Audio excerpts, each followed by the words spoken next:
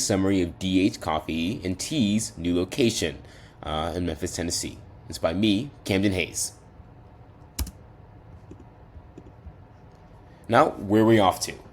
This is a overview in the presentation today on how DH Coffee and Tea is moving to a location in Memphis. You can see here the different points that we're going to hit in today's presentation. Now, what is the problem that we are solving with GIS today? The problem is, how do we present a location in a way that persuades employees to make a major transition to a new city? This new city being Memphis, Tennessee, Soul Town, USA. Now, the background of this problem is that DH Coffee is a company that roasts its own coffee and teas. They're known for serving their beverages in-house, as their roasteries are in the same buildings as their cafes. So today I'm presenting this to show a new location in Memphis, Tennessee is the best direction for the company, and that Memphis is a great location for our roasters, baristas, and for our servers to live in. The goal of this project is to persuade employees with facts and maps. It is essential to give employees the context they need to make an informed decision about their lives. Thus, a project utilizing GIS is needed. The methodology I used is primarily focused around vector data, that being polygons, lines, and points. As you can see on the right side are the polygons I use and highlighted in census tracts, it being organized to show the median household income. So the GIS data that we needed was provided by the Tennessee Imagery Program, GIS files from the Memphis city government, and spatial data from universities, as well as demographic data from the U.S. Census, as well as U.S. Census tracts in Memphis, Tennessee. Most of the data required cleaning, and I consistently used Microsoft Excel to organize the data I wanted to portray. Then I geocoded that data to the map. Also, I combined polygons created from the U.S. Census data with the city government charts to portray data for each census tract in Memphis. Now, how did I solve the problem that we presented at the beginning of this presentation? Well, we should say the data spoke for itself. The spatial data presented was able to persuade employees by focusing on data about affordability and accessibility. Inherently, the data itself portrayed Memphis as a livable city. As a part of DH Coffee and Tea's story, their prior locations are in New York and Seattle. Memphis is a great change of scenery and is generally more affordable. Getting to how the data was, again, being portrayed here is a relationship between the data.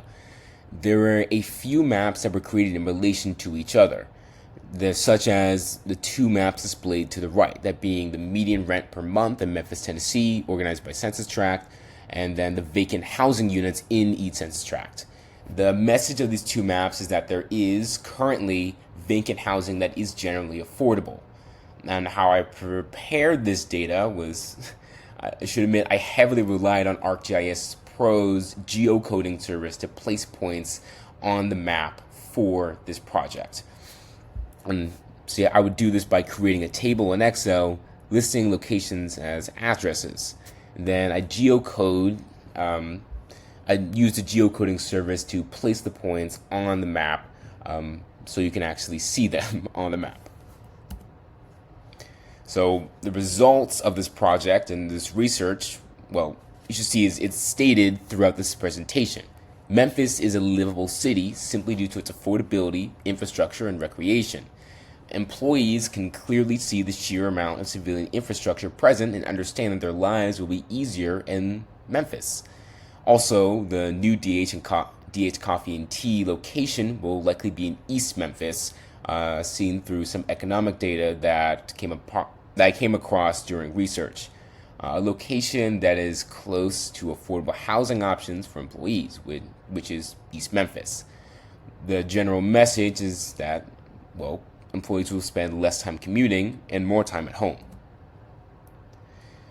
Just as a conclusion to this project and all the data I collected and organized on the map and on the just template that was submitted, is that out of everything I learned from this project, there are just two ideas that stand out to me.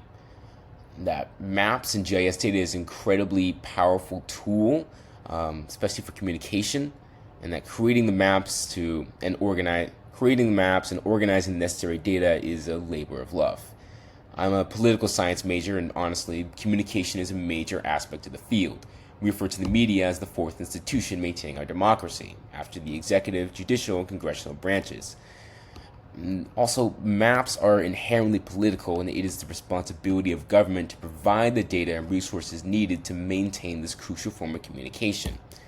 Just as overall takeaways from both this project, the use of GIS as a tool in general, and this GEO2 for One as a course, is that, the project taught me that collecting data is incredibly time consuming. Cleaning the data you want to portray takes even more time. Organizing your sources, data, and maps requires a precise system, and maintaining a steady workflow is key to success. Moreover, researchers must be incredibly thoughtful as to the readability of their maps and how people will perceive the information. The use of GIS as a tool in general, as it comes to that, is GIS is an incredibly versatile tool. The services provided make using the program much easier. Geocoding services are unbelievably handy when you only have access to a table. GIS